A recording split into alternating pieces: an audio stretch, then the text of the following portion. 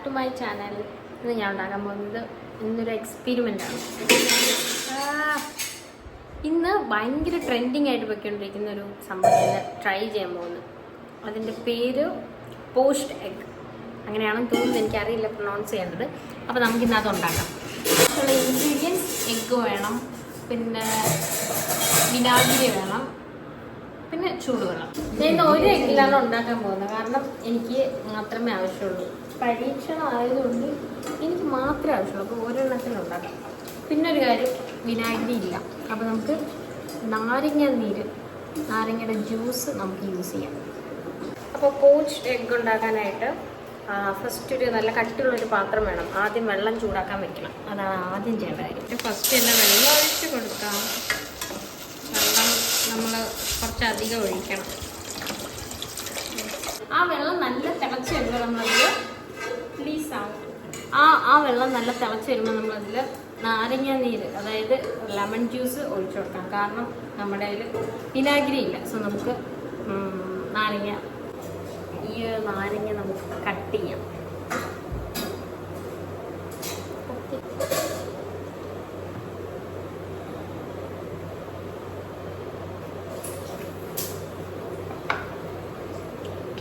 ഇതിലുള്ള ഈ ഒരു സീഡ്സ് നമ്മളെടുത്ത് മാറ്റണം. കാരണം ഇല്ലെങ്കിൽ നമ്മുടെ റെസിപ്പിക്ക് അതൊരു നമ്മളുടെ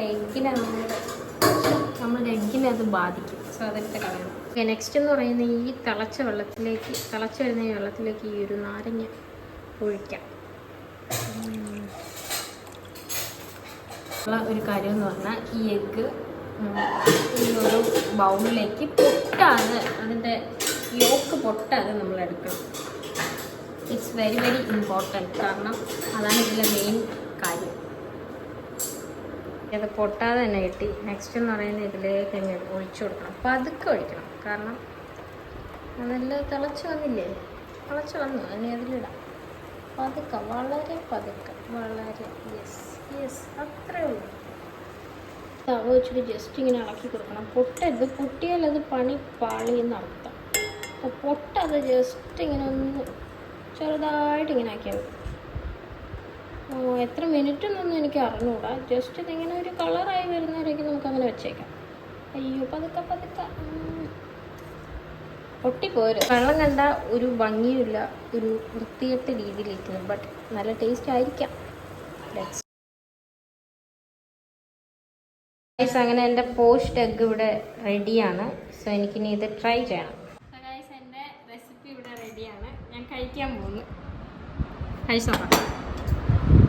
ഇവിടെ കാണിക്കും. ഇതാണ് കാണിക്കേണ്ടത്. ഇതാണ് മെയിൻ. അതുപോലെ സോറി, നമ്മുടെ ഇവിടുത്തെ കറിപ്പാത്രങ്ങൾ കാണുന്നത്. കറിപ്പാത്രം കാണിക്കില്ല, ഇത് മാത്രം കാണിക്കും പ്ലീസ്. യെസ്,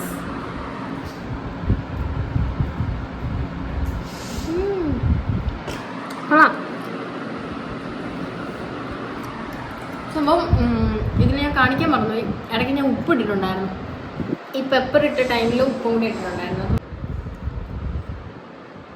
സോ ഗൈസ്, എൻ്റെ റെസിപ്പി അല്ലേ, ഇത് ട്രെൻഡിങ് ആയിട്ട് പൊയ്ക്കൊണ്ടിരുന്നപ്പോൾ ഞാൻ ട്രൈ ചെയ്തതാണ്.